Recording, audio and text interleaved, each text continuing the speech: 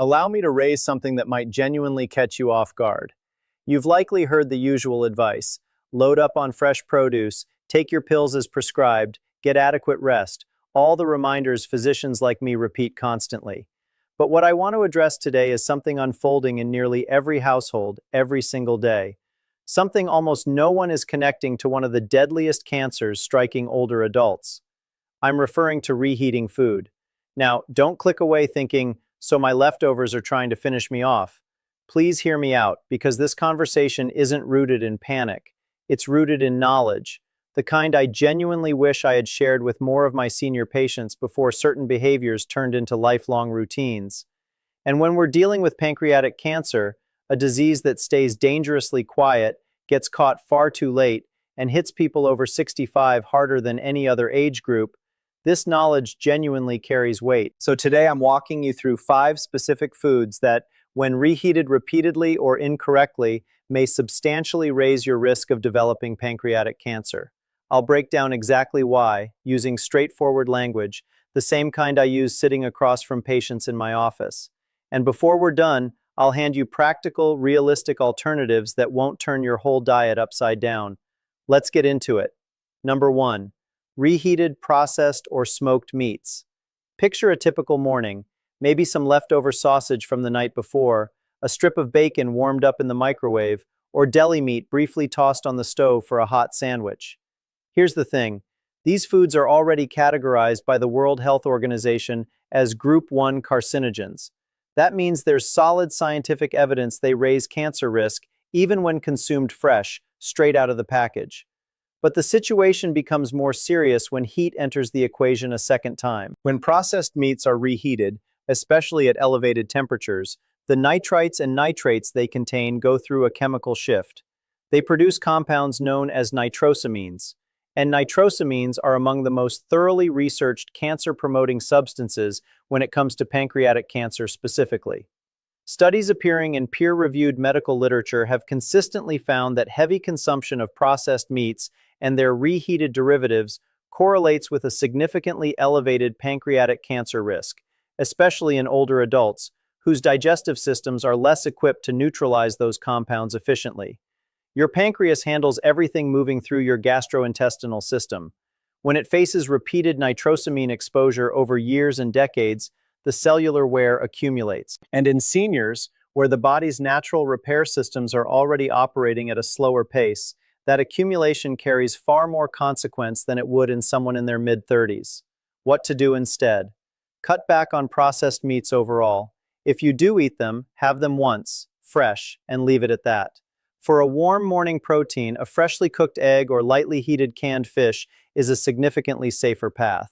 Number 2. Reheated rice. I understand this one raises eyebrows. Rice feels like the most innocent food on the planet, and it absolutely can be if you handle it correctly. But rice carries a specific food safety issue that the vast majority of people are completely unaware of. Raw rice commonly harbors spores from a bacterium called Bacillus cereus. When you cook rice, the live bacteria die, but those spores don't. They survive. And if cooked rice sits at room temperature for even a couple of hours, those spores wake up, multiply rapidly, and begin releasing toxins. Here's where my concern as a physician treating older patients intensifies. Those toxins, particularly when generated through repeated cook-cool-reheat cycles, trigger persistent low-grade inflammation in the gastrointestinal tract. And chronic inflammation, as modern oncology research has made abundantly clear, is one of the primary environmental forces driving pancreatic cancer over time. The pancreas is an organ that is especially vulnerable to inflammatory stress. Chronic pancreatitis, essentially sustained inflammation of the pancreas, is a well-established, documented risk factor for pancreatic cancer. On top of that, multiply reheated rice also undergoes structural starch changes that cause blood sugar to spike more sharply, forcing the pancreas to push out more insulin and placing additional metabolic strain on it. For seniors managing diabetes or pre-diabetes, who are already at elevated risk, this detail matters considerably. What to do instead? Cook rice fresh when the option is there. If you need to store it, get it into the refrigerator within 1 hour of cooking and eat it within 24 hours. If you reheat it, do so only once and make sure it's steaming hot all the way through, not just warm on the surface. Number 3. Reheated potatoes. This one tends to genuinely surprise people. Potatoes are a comfort staple for countless seniors, and there's absolutely nothing wrong with that. But like rice, potatoes that are cooked, cooled, and then reheated at high temperatures, especially multiple times, generate a chemical compound called acrylamide. Acrylamide forms naturally when starchy foods are exposed to high heat. The International Agency for Research on Cancer has classified it as a probable human carcinogen. What's particularly concerning is the level of acrylamide that accumulates when potatoes go through the full cycle: cooked, stored, and then blasted again in a microwave or dropped back into a hot frying pan.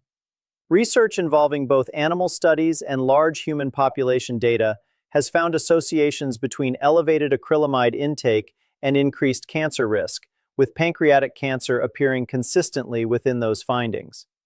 For seniors who routinely reheat leftover roasted or fried potatoes, that pattern is worth rethinking. And as I mentioned with rice, improperly stored reheated potatoes can also develop Bacillus cereus toxins, layering a second inflammatory insult on top of the first. What to do instead? Enjoy your potatoes fresh from the pan. When you do have leftovers, try eating them cold or at room temperature the following day, rather than putting them back under high heat. A cold boiled potato drizzled with olive oil and a few herbs is genuinely satisfying, holds its nutritional profile well, and completely sidesteps the acrylamide issue. Number 4. Reheated spinach and other leafy greens. This is the one that surprises almost everyone without exception. Spinach, beets, celery, and several other vegetables are naturally rich in nitrates, not the synthetic additives found in processed meats, but dietary nitrates that occur in nature. In their fresh state, these are not a concern. In fact, dietary nitrates from vegetables are broadly considered heart-healthy and supportive of blood pressure management. The problem emerges when these vegetables are cooked and then reheated, particularly in a microwave or under high heat. That process triggers a chemical conversion. The natural nitrates shift into nitrites. Once they enter your digestive system and interact with the proteins and amino acids present during metabolism, they can once again form nitrosamines, the same compounds we discussed in connection with processed meats. The gap in risk between fresh spinach and repeatedly reheated spinach is not trivial. Research from European institutions has specifically identified the habitual reheating of nitrate-rich vegetables as a cancer risk concern. The message here isn't to stop eating cooked greens, quite the opposite. Cooked leafy greens are excellent for you. The key adjustment is simple: eat them hot right after cooking, and if there are leftovers, incorporate them cold into a salad the next day, rather than sending them back onto the stove. Number 5. Leftover chicken and other poultry. This is arguably the most frequently reheated food in most homes. And in the context of today's conversation, it represents what I'd call a source of cumulative carcinogenic exposure. Here's the mechanism. Poultry, particularly the skin and the fattier sections, when subjected to high heat a second time, undergoes a process called lipid oxidation.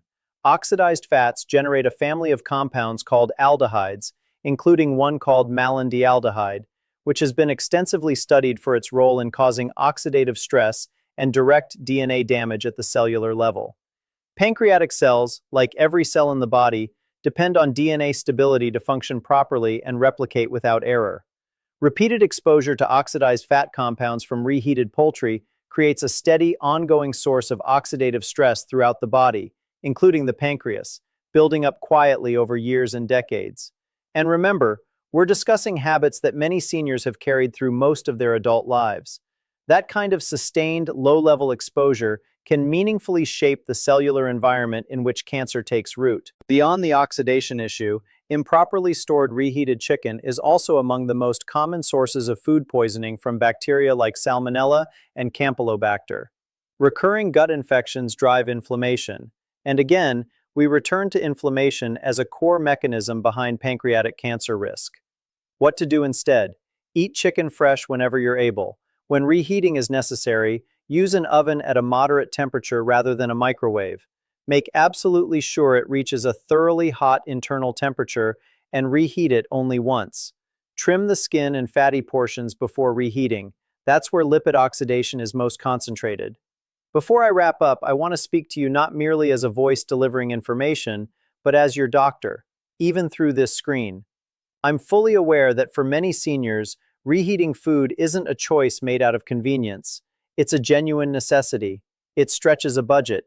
It reduces waste. It makes daily life manageable when preparing a fully fresh meal every single day isn't realistic, whether due to limited mobility, fatigue, living alone, or simply the natural pace that comes with this chapter of life. I am not standing here to make you feel ashamed of any of that. I'm here to help you make the wisest choices within your actual circumstances. The adjustments I'm recommending are not sweeping. They're not costly. They mostly involve small shifts. How quickly you refrigerate food after cooking, how many times you reheat it, what temperature you use, which foods you choose to eat cold instead of reheated. Simple, actionable things you can start doing today. Pancreatic cancer earned the name silent killer for a reason. It produces almost no noticeable symptoms until it has progressed well beyond easy reach. Early detection remains genuinely hard. That makes daily, practical prevention not just helpful, but essential. And the truth is that what you eat and how you prepare it is one of the most powerful levers available to you right now. No prescription needed, no procedure required, no appointment to wait for. If you are over 65, carry a family history of pancreatic cancer, live with diabetes, or have ever experienced pancreatitis, I encourage you to bring these 5 foods up with your own physician. Ask whether your current habits could use a second look. Doctors genuinely value patients who show up already thinking about their lifestyle and diet. That kind of engagement makes appointments more productive and more meaningful for both sides of the table. Let me leave you with one simple way to hold on to today's 5 foods: processed meats, rice, potatoes, leafy greens, poultry. Not 5 foods to permanently remove from your life. 5 foods to approach with more intention, more care, and a deeper awareness of what repeated exposure to heat does to them and to you. Your body has carried you through decades of living, your pancreas especially, working in complete silence day after day without a single signal until sometimes, tragically, it no longer can. Honor it with the same quiet dedication it has shown you. Thank you for taking the time to watch this. This is Cenat, and if this reached you today, please pass it on to someone who deserves to hear it too: a partner, a sibling, a close friend. And if you have questions about a specific food or habit, leave them in the comments. I do read them, and I'll do my best to respond. Take good care of yourselves. I'll see you in the next one.